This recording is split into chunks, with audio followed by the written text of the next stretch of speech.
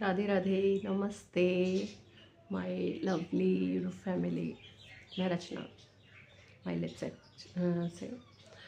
कैसे हैं आप सभी? आई होप कि आप अच्छे होंगे।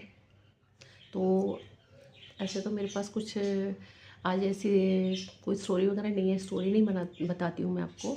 आज एक आपको रियल फैक्ट बताती हूँ मैं, मतलब जो होता है रिलेशन में।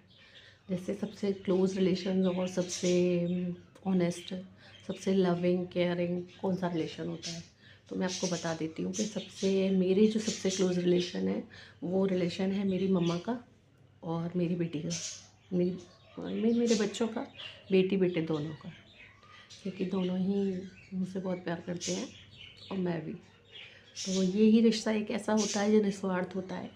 बाकी तो ऐसे तो हस्बैंड हैं, भाई हैं, सभी रिश्ते बहुत ख़ास होते हैं जो अपने से बहुत क्लोज होते हैं, पर सबसे ख़ास जो होता है ना वो होता है एक माँ का और एक बेटी का।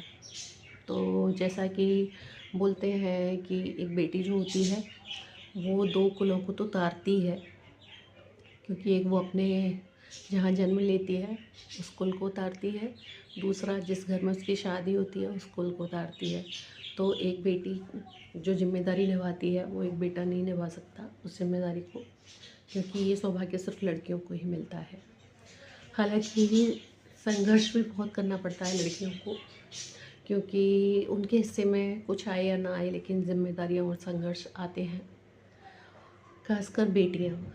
तो हमारे यहाँ कहते हैं, शायद आपने भी सुना होगा, कि जिस घर में बेटी होती है तो उसकी 7 पीढ़ियाँ तर जाती हैं, मतलब 7 पीढ़ियाँ पार लग जाती हैं।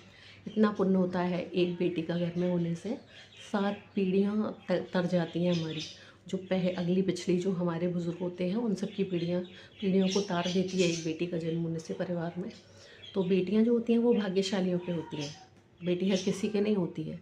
और फिर आज के टाइम में तो आपने देखा भी होगा कि ज़्यादा करके लड़के ही होते हैं फैमिलीज़ में, लड़कियाँ कम ही होती हैं। और पहले होती भी थी लेकिन बीच में फिर रेशो गिर गया लड़कियों का काफ़ी, क्योंकि आजकल समय भी ऐसा नहीं है कि लड़कियों की सेफ्टी रह सके। तो मतलब पेरेंट्स भी थोड़े अवेयर हो गए हैं, वो सोचते हैं कि पहले 2 बच्चों का टाइम था, हम लोगों का टाइम अभी एक का रह गया है, उसमें बेटा भी हो सकता है बेटी भी हो सकती है। बट मेरा मानना है कि बेटी, कहते हैं हम बेटी का समर्पण करते हैं हम सामने वाले को, लेकिन फिर भी बेटी कभी पराई नहीं होती, बेटी हमेशा अपनी रहती है, शादी होने के बाद भी।